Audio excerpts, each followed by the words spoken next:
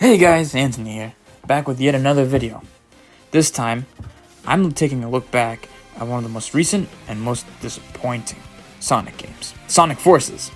Before we begin, I wanted to thank everyone for all the support and the milestones we are reaching. You are all making my dream come true, and I promise to make content that everyone who subscribed can enjoy. So if you aren't here for the review videos, please patiently wait your turn. I have a range of all different types of Sonic content coming. Anyway, let's jump into it. The future's a rocket and he's ready to go, cause now the countdown has started and he's ready to blow. He's got the dope sounds bumping and his stereo. Yo, fast, putting on the show. Don't wanna get yourself together, there's no time to rest. Sonic Forces has been out for almost 5 years at this point, making this one of the most extended gaps between the release of a mainline Sonic game in quite some time, unless you count Team Sonic Racing. I myself have purchased over 3 copies of this game, 2 for the Nintendo Switch, and 1 for the PlayStation. When this game was about to launch, I was beyond excited. The premise of Eggman finally winning and taking over the world gave me hope for a return to the darker Sonic Adventure style of storytelling. The character creator finally would allow for me to make my own OC character that I've been wanting to do since I was a kid, and place my own Sonic universe itself into the game. The return of classic Sonic would bring the feel of Sonic Generations to the game. Everything was coming together so well for this game. Then it released. I picked up my copy of Sonic Forces at Best Buy and rushed straight home to play it on launch day. Initially, the game showed promise and the story's setup was great, and as it went on, it fell flat on its face. The game opens with Sonic in Green Hill when he hears of a disturbance and comes to go check it out. He is then met by Dr. Eggman, who has some of the toughest foes Sonic has ever faced on his side, along with the new villain, Infinite. Seeing characters like Chaos, Metal Sonic, and Shadow was hype as fuck, as the characters had not seen any significant use for quite some time. Little did I know, it would stay this way. Sonic fights, and then the impossible happens. Sonic is defeated and presumed dead. This is when Eggman takes over the world, and the OC character comes into play. You build your own character and get a call that Sonic is alive and has been tortured for months. Torturing Sonic just to pass the time. Oh, that's low, even for Eggman. The dark tone was starting to reveal itself, and it was exciting.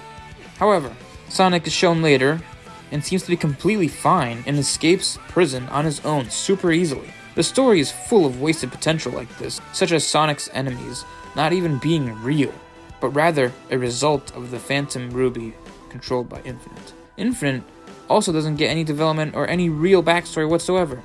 So what the fuck was the point of making him seem all brooding and hinting at a traumatic past? He gets a bit more backstory in the DLC, episode Shadow, but it doesn't show much more. I think I've ranted about the story long enough, as from here, it's all pretty standard Sonic beats Eggman stuff. The level design was even worse. When I went back to this game, I even 100%ed the game to try to see if there was anything forgiving about it. But there was not. Every level in the game averages 2 to 5 minutes in length, which is nothing.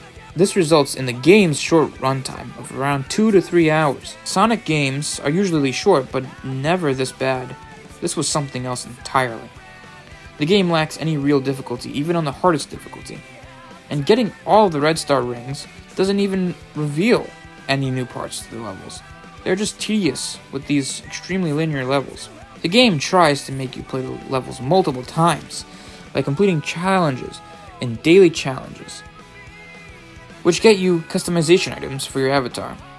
These consist of time trials, doing a specific move, defeating a certain type of enemy, and many other activities. I do not recommend trying to 100% this game, as some of these challenges are pure hell. I even had to practice pulling off glitches just to make some of the time trials possible. I don't even want to get started on how they tried to shoehorn in the Wisps to basically say, hey guys, remember Sonic Colors? That was a good game, right? Well, we brought over the mechanic that made that game unique into this game, so it must be good, right? No, it did not, Sega. They even attempted the same thing with classic Sonic. And this time, his placement in the story makes no sense. His control's worse. And Tails mentions that he's from a different dimension. Oh, you're that Sonic from another dimension, aren't you? rather than the past, which makes no sense considering the events of generations. All in all, Sonic Forces was a huge disappointment to us, Sonic fans. Even looking back on it a year later, there are not many redeeming qualities about this game, and I only hope Sega has learned their lesson with Sonic Frontiers later this year. As usual, guys, I would like to close out with some Anthony Tablet wisdom. The primitive society started from the separation of man from the animal world. Human societies appeared simultaneously with the emergence of man. With man, the first chapter of human history began. The history of human society is about 1 million years long. Man's ancestors were a kind of highly developed ape man. How did the ape man develop into man? The key lies in labor. Thanks for watching, guys. Tabla out!